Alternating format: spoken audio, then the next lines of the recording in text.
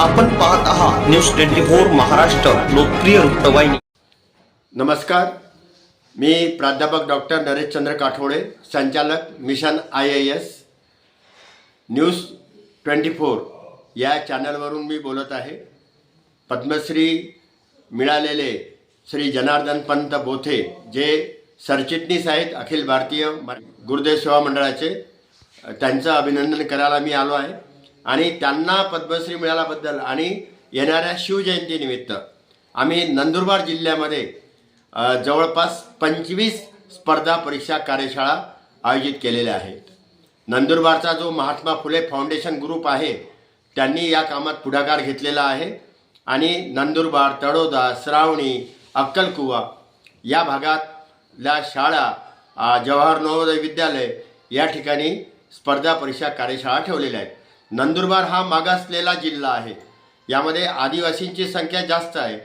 हा आदिवासी विद्यार्थी समाजाच्या थरापर्यंत आला पाहिजे, प्रशासनात आला पाहिजे, त्याला नोकऱ्या मिळाल्या पाहिजेत, म्हणून महात्मा फुले फाउंडेशनचे श्री शांतीलाल महाजन व त्यांचे सहकारी यांनी पुढाकार घेऊन या कार्यशाळांचे आयोजन केलेले आहे।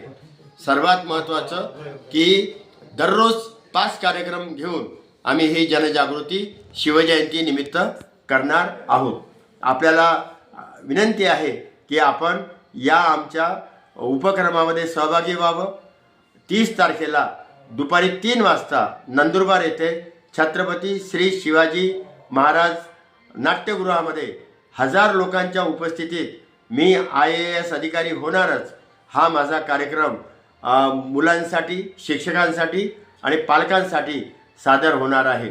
आपण या सगळ्या उपक्रमामध्ये सहभागी व्हावं आणि न्यूज 24 महाराष्ट्र यांनी ही मुलाखत प्रसारित केल्याबद्दल मी त्यांचे आभार मानतो।